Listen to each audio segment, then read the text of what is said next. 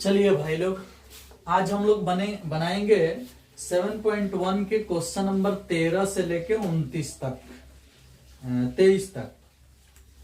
ठीक है, आखिरी क्वेश्चन 22 को है, 22 तक। ठीक है, चलिए तो 7.1 का हम क्वेश्चन नंबर 13 देखेंगे किस प्रकार से बनेगा। क्वेश्चन नंबर 13 में लिखा गया है x³ minus x square plus में x माइनस में 1 बटा के नीचे x माइनस 1। ठीक है, अब इसका हमें इंटीग्रेशन करना है। ठीक, देखो इंटीग्रेशन करना है तो इसमें से और इसमें से एक्स स्क्वायर पहले कॉमन कर लो। तो x के पावर 3 में से एक्स स्क्वायर कॉमन होगा तो एगो x बचेगा, एक्स स्क्वायर यहां से कॉमन होगा तो -1 बचेगा। इस दोनों में से अगर 1 कॉमन कर लेते हो तो वही बचेगा x माइनस 1 बटा के नीचे क्या है x माइनस 1 है।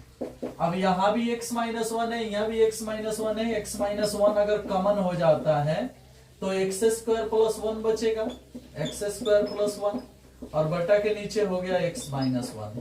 ठीक है, अब हमें इसका इंटीग्रेशन करना है। ठीक, ध्यान से देखना है, ये वाला और ये वाला कॉमन हो गया तो ये वाला और ये वाला यहाँ बच गया। अब ये तो कट जाएगा, अब जो बच गया उसका इंटीग्रेशन कर देना है। तो एक्स स्क्वायर का इंटीग्रेशन पावर एगो बढ़ जाएगा और 1 का इंटीग्रेशन x प्लस में c, और यही है आपका खूबसूरत आंसर। तो ये क्वेश्चन नंबर 13 हो गया। ठीक है, क्वेश्चन नंबर 14 भी देख लेते हैं एक ही साथ में। 14 नंबर जो सवाल है इसमें लिखा है 1 माइनस एक्स इंटू में रूट एक्स dx। देखिए, हम बताते हैं कि अगर इंटीग्रेशन में इस टाइप का कोई गुना मिलता है या भाग मिलता है तो भाग वाला सब में छीट के भाग दे देते हैं और गुना वाला गुना कर देते हैं। ठीक है, तो यहाँ हम पहले गुना कर देंगे। रूट एक्स से 1 में गुना होगा तो रूट एक्स ही आएगा और dx लगा देंगे। माइनस x से रूट एक्स में गुना होगा तो x के पावर 3/2 आएगा। क्यों? क्योंकि हम आपको पढ़ा चुके हैं कि एगो x आधा गो x मिलके 1.5 गो x होता है और 1.5 को हम लोग 3/2 लिखते हैं पावर में। अब एक बात बताओ कि यहाँ रूट एक्स जो है इसका इंटीग्रेशन होगा तो 2/3 x के पावर 3/2 होगा, और इसमें जो बटा वाला होता है उसमें बोले हैं कि नीचे वाले को ऊपर लिख देते हैं और दोनों को जोड़ के नीचे लिख देते हैं और यही x के पावर में पलट के लिख देते हैं। देख लो प्लस में c, क्योंकि आप इसमें अगर 1 जोड़ते हो तो 2 एकम 2 और 3 5/2 ही आएगा और भाग में जाएगा तो पलट के 2/5 हो जाएगा। तो हम डायरेक्ट सिखाते हैं कि भाई जो 2 है यहाँ लिख दो और 3 2 जोड़ के यहाँ लिख दो, x के पावर 5/2 लिख दो। ठीक है, ये आपका आंसर हो गया। चलिए, तो 14 नंबर भी बन गया। अब हम 15 देखेंगे। 15 भी 14 के जैसा ही है। ठीक है, देख लो कैसे बनेगा। अब इसमें अगर किसी को उतारना है तो वीडियो रोक लो या स्क्रीनशॉट ले लो, अब तब उतार लो। चलिए, क्वेश्चन नंबर हम देखेंगे 17 नहीं 15। 15 में लिखा है root x into 3x square plus में 2x और प्लस में 3। ठीक है, इसी प्रश्न को देखना है। अभी अभी बताया गया 14 नंबर में कि गुना मिलता है तो गुना कर देते हैं, तो यहाँ भी रूट एक्स मिला है तो गुना कर दो। गुना करने के बाद इंटीग्रेशन करो। तो चलो गुना करेंगे तो x 2 गुआ x आधा गो, तो 2 गो आधा गो 2.5 गो। 2.5 को हम लिखते हैं x के पावर 5/2। 5/2 मतलब 2.5 होता है।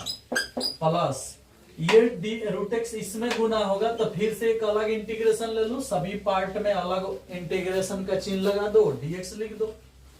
तो 2x में x से गुना होगा तो एगो x आधा गो x 1.5 गो x होता है।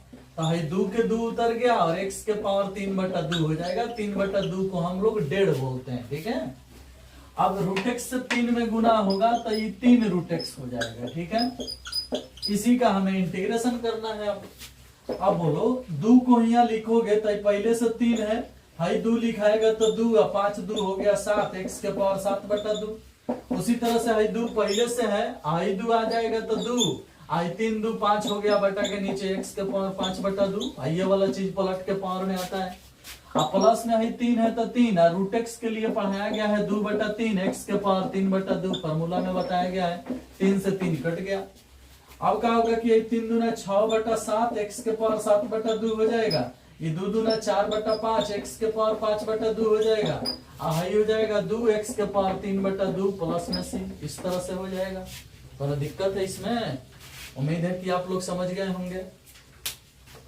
चलिए अब हम बनाएंगे 15 के बाद 16 नंबर प्रश्न कैसे बनेगा। ये सवाल हो गया।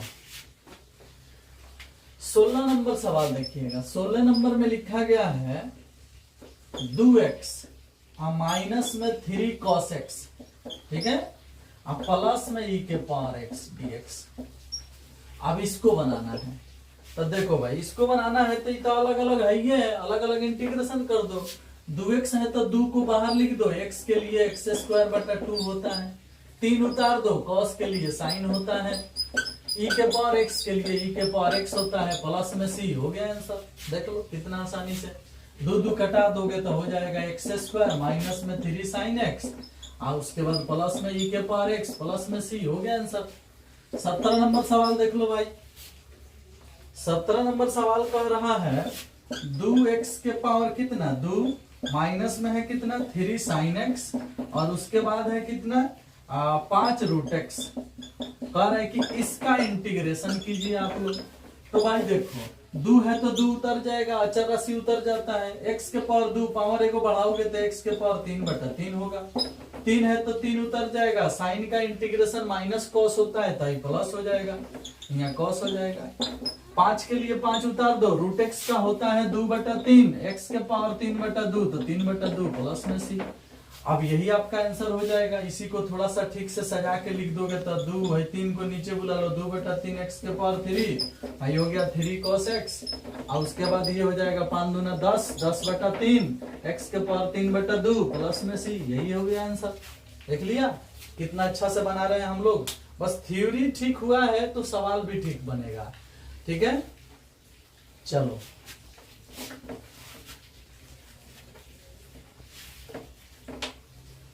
आगे बढ़ते हैं। नेक्स्ट क्वेश्चन देखते हैं। क्वेश्चन कह रहा है 18 नंबर प्रश्न देखेंगे। ठीक है, 18 नंबर प्रश्न जो है वो कह रहा है कि sec x बाहर है और इनटू में sec x plus tan x है। ठीक है, अब इसका इंटीग्रेशन करना है। तो भाई बाहर जो चीज गुना में है उसे अंदर पहले गुना तो करो।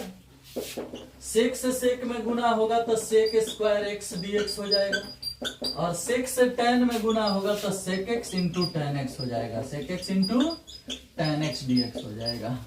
अब sec² का इंटीग्रेशन जो होता है वह tan x होता है, और sec x इंटू tan x का इंटीग्रेशन sec x होता है। फार्मूला में पढ़ाया गया है। प्लस में c हो गया। खूबसूरत आंसर आ गया। देखो अब ये 19 नंबर सवाल देखो। 19 नंबर में क्या लिखा है? लिखा है कि sec² x बटा cosec² x का इंटीग्रेशन बताइए। देखो भाई sec² x बटा cosec² x का इंटीग्रेशन बताना है तो पहले इसको साइन कॉस में बदलो। आप sec² को लिख सकते हो 1/cos² x, और cosec² को लिख सकते हो 1/sin² x, और इंटू में है dx। sin² पलट के ऊपर हो जाएगा तो हो जाएगा इस प्रकार से sin² x बटा cos² x। ये sin² बटा cos² बन जाता है tan² x dx। हो गया। अब देखो tan² x का इंटीग्रेशन जो होता है वह होता है tan x minus x plus c। ये फार्मूला में बताया गया है, नहीं बताया गया होगा तो क्लास में बता दिया जाएगा। tan² x का इंटीग्रेशन यही होता है tan x minus x plus c। अब जानना चाहोगे कि कैसे होता है तो उसके लिए एक काम करो, एक स्टेप और बढ़ा दो। tan² थीटा का सूत्र होता है sec² theta minus 1, 10th class का सूत्र है। tan² x को लिख सकते हो sec² x माइनस 1। ठीक है, अब बताओ sec² का इंटीग्रेशन तो tan x जरूर लिखाया गया होगा, और 1 का इंटीग्रेशन x होता है ये भी लिखाया गया होगा। तो बोलो हम जो बोले थे वो आ गया tan x minus x plus c। तो याद रखना tan² x का इंटीग्रेशन होता है tan x minus x plus c। ठीक है, चलिए तो इस प्रकार ये सवाल भी हमारा बन गया। अब इसके बाद वाले सवाल को देखना है।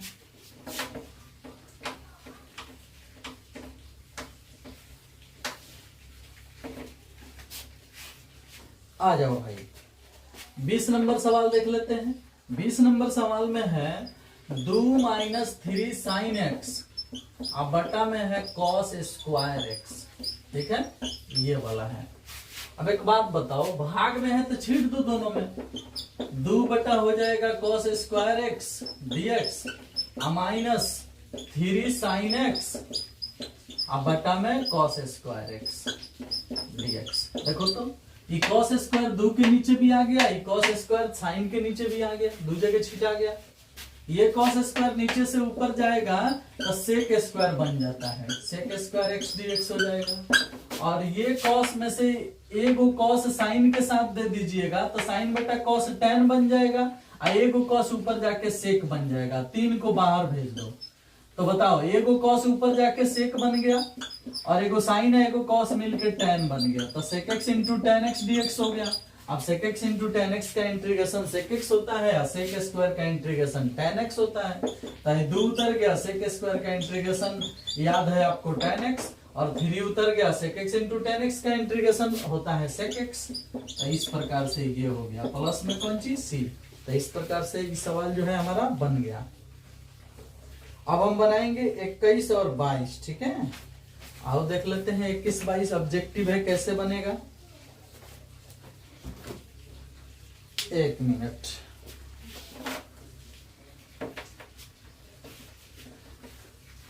चलो भाई 21 नंबर क्वेश्चन जो है उसमें लिखा गया है रूट एक्स प्लस 1 बटा रूट एक्स का प्रति अवकलज निकालें। Root x plus 1 by root x का प्रति अवकलज। देखिए प्रति अवकलज का भी अर्थ वही होता है कि इंटीग्रेशन निकालें। ठीक है, root x plus 1 by root x का निकालना है। तो ये तो फॉर्मूला ही है, रूट एक्स का होता है 2 बटा 3 एक्स के पावर 3 बटा 2, और 1 बाई रूट एक्स का होता है 2 रूट एक्स प्लस में सी। अब भाई रूटवा का जो रूट है ये हटा करके यहाँ पावर में 1 बटा 2 लिख दिया है, ये जिस ऑप्शन में होगा वो सही है। ठीक है, तो ऑप्शन नंबर कितना में है ये, तो ऑप्शन नंबर सी में है 2 बटा 3 2 एक्स के पावर 1 बटा 2 प्लस सी। तो ये ऑप्शन नंबर सी में है, तो यही सही जवाब होगा। रूट एक्स का इंटीग्रेशन 2 बटा 3 एक्स के पावर 3 बटा 2 और 1 बाई रूट एक्स का 2 रूट एक्स। रूट एक्स को एक्स के पावर 1 बटा 2 लिखा गया है।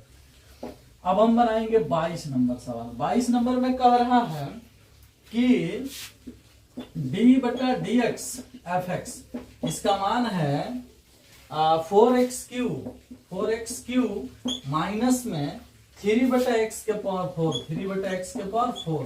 ठीक है, और कह रहे हैं कि साथ में हम आपको f2 का मान 0 दे रहे हैं, f2 का मान 0 दे रहे हैं, तो fx ज्ञात करें। हाई वाला fx ज्ञात करना है। तो पहले इस सवाल को समझो। कह रहे हैं कि किसी फंक्शन का डीसी माने डिफरेंशिएशन, किसी फंक्शन का डिफरेंशिएशन इतना है तो f तथा f2 का मान 0 है, तो fx ज्ञात करें। तो पहले बताओ कि अगर इस फंक्शन का इंटीग्रेशन डिफरेंशिएशन हाई है तो इसका इंटीग्रेशन ही होगा।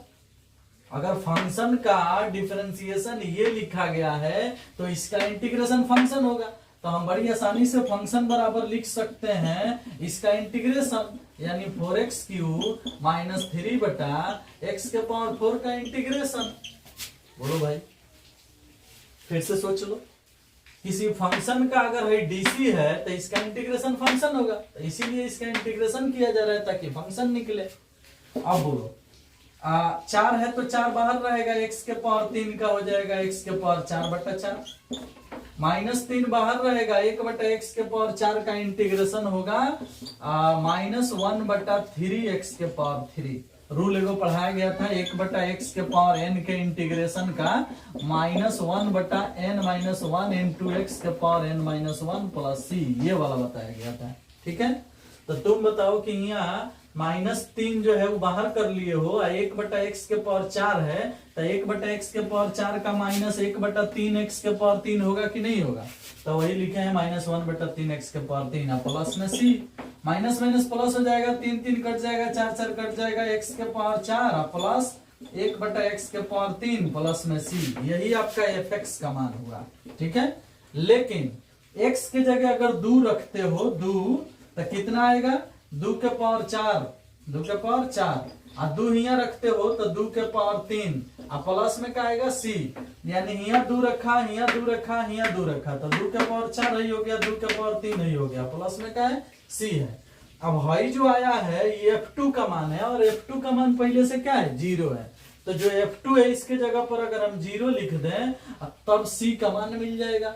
यानी जो है हमारा फंक्शन आया है इसे समीकरण फर्स्ट मान के छोड़ दीजिए और यहाँ 2 रखने के बाद जो है लाइन मिला है इसमें F2 का मान क्या रखोगे, F2 का मान 0 रखोगे, तो यहाँ जैसे ही 0 रखोगे तो 0 बराबर हो जाएगा 2 के पावर 4 प्लस में 1/2 के पावर 3 प्लस में c।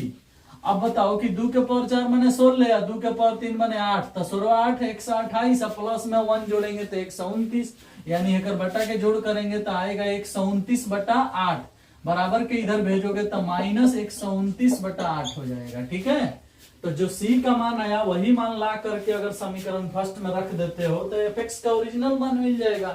तो यहाँ लिखो समीकरण फर्स्ट से और fx का मान लिखो, जब fx का मान लिखोगे तो x के पावर 4 तो x के पावर 4 1/x के पावर 3 तो 1/x के पावर 3 प्लस में c, तो c का मान कितना है माइनस 129/8 और ये जिस ऑप्शन में होगा वही ऑप्शन सही होगा। ठीक है, तो ये जो कैलकुलेशन हुआ है ये ऑब्जेक्टिव के लिए हुआ है ना जी, तो ऑब्जेक्टिव के लिए जब हुआ है तो कुछ ऐसे भी कैलकुलेशन है जिसे दिमाग में किया जा सकता है। अब जैसे तुम ज्यादा इंटीग्रेशन पढ़ लोगे ना तो तुम्हें पता चल जाएगा कि इसका इंटीग्रेशन डायरेक्ट ही होता है, तुम्हें पता चल जाएगा कि इसका इंटीग्रेशन डायरेक्ट ही होता है। ठीक है, तो एक लाइन यहाँ बच जाएगा।